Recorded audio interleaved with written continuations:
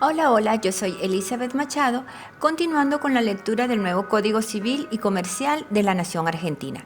Hoy les compartiré algunos artículos sobre los contratos de adhesión, que se encuentran en el libro tercero, Derechos Personales, título 2, Contratos en General, capítulo 3, Formación del Consentimiento, en la sección 2, Contratos celebrados por adhesión. Esto es desde el artículo 984 hasta el artículo 989. Artículo 984. Definición. El contrato por adhesión es aquel mediante el cual uno de los contratantes adhiere cláusulas generales predispuestas unilateralmente por la otra parte o por un tercero, sin que el adherente haya participado en su redacción. Es decir, que tú no participas en la redacción del contrato, solo adherís con tu firma. Pero ten en cuenta que deben tener una redacción clara y fácilmente legible. En ningún caso pueden relacionarse con otros documentos que no te entreguen. Y si negociaste alguna cláusula particular que se contradice con las cláusulas generales ya escritas, vale la cláusula que negociaste. O sea, que cualquier cláusula poco clara debe interpretarse en contra de la parte que redactó el contrato. Artículo 985. Requisitos. Las cláusulas generales predispuestas deben ser comprensibles y autosuficientes. La redacción debe ser clara, completa y fácilmente legible. Se tiene por no convenidas aquellas que efectúan un reenvío a textos o documentos que no se facilitan a la contraparte del predisponente, previa o simultáneamente a la conclusión del contrato. La presente disposición es aplicable a las contrataciones telefónicas, electrónicas o similares. Yo creo que este artículo no necesita de mucha explicación.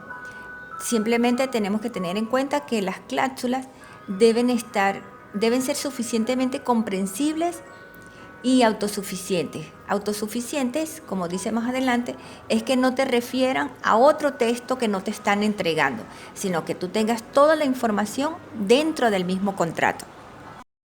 Artículo 986. Cláusulas particulares.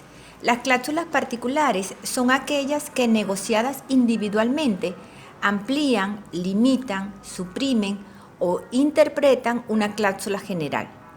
En caso de incompatibilidad entre las cláusulas generales y las particulares, prevalecen estas últimas, o sea, las particulares. Fíjate, si existe discrepancia entre una cláusula general y otra particular, debemos de aceptar a la particular, en razón no solo de que apunta a alterar, suprimir o aclarar el contenido de la primera, suministrándole un contenido más concluyente y concretamente adaptado al caso de que se trata.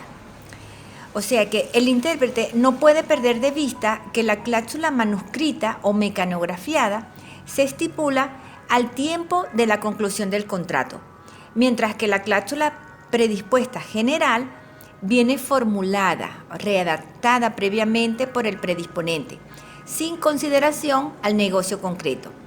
Por lo cual, cabe concluir que la cláusula particular revela la auténtica y real intención de las partes de derogar, en el caso singular, a la cláusula general redactada uniformemente para sus futuros contratos.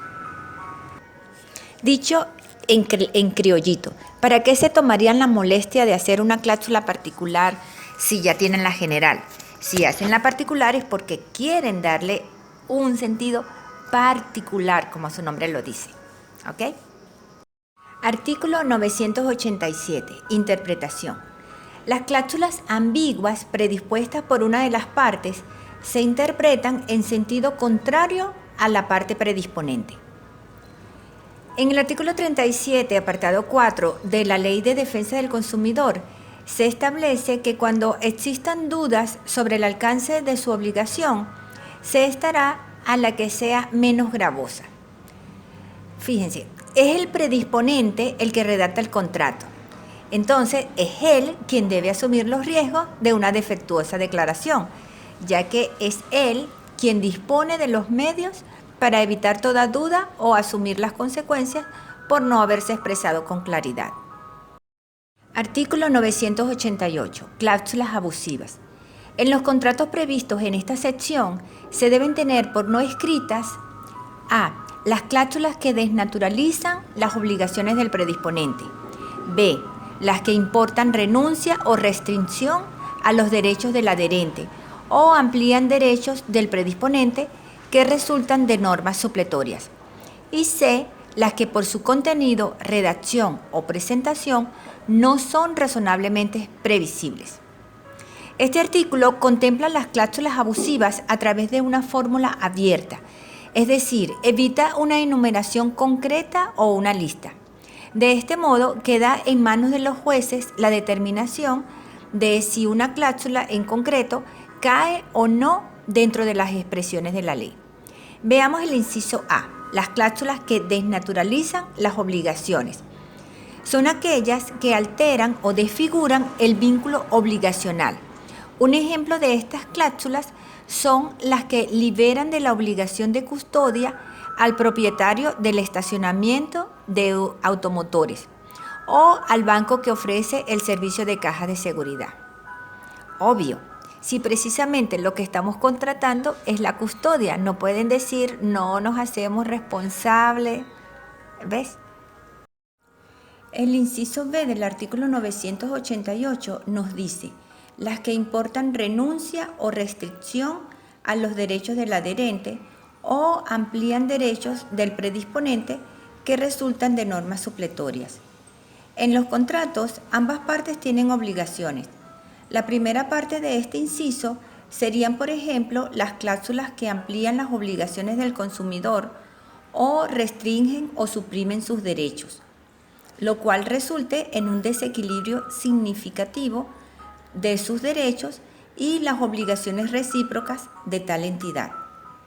Y la segunda parte del inciso B, las cláusulas por las que se amplíen los derechos del predisponente, como por ejemplo esas cláusulas que indican que solo él está facultado para dejar sin efecto el contrato de forma unilateral e incausadamente. El inciso C dice las que por su contenido, redacción o presentación no son razonablemente previsibles.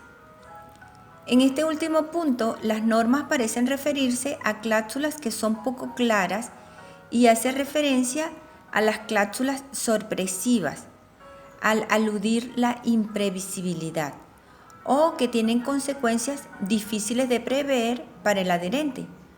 Esto puede ser, por ejemplo, por la utilización de una terminología sofisticada o poco corriente y las imprevisibles según las circunstancias y la materia objeto del contrato.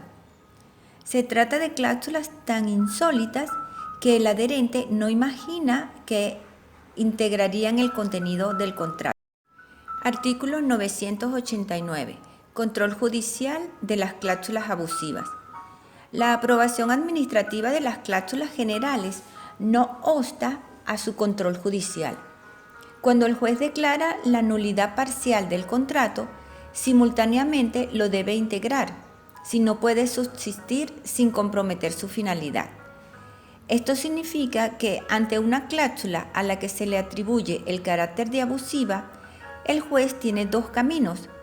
Uno, establecer, con base en lo pautado en el artículo 987, una interpretación que le reste toda potencialidad lesiva de los derechos del adherente, o bien declarar la nulidad de la disposición. Si se puede alcanzar una interpretación que permita preservar la cláusula sin que ello se derive afectación a los derechos del adherente, debe estarse a esa solución. Esto por aplicación del principio general de conservación del contrato. Pero si no es posible la solución interpretativa y en tanto no se trate de una cláusula medular del contrato, el juez debe declarar la nulidad parcial. La cláusula medular del contrato es aquella cuya invalidación acarrearía la invalidación de todo el contrato en su integridad. Para ampliar los comentarios sobre este tema pueden consultar el manual de contratos de Esteban Centenaro, ya que de allí es donde estoy tomando mis apuntes. Y bueno, espero que les sirva esta información y la compartan con sus compañeros de clase.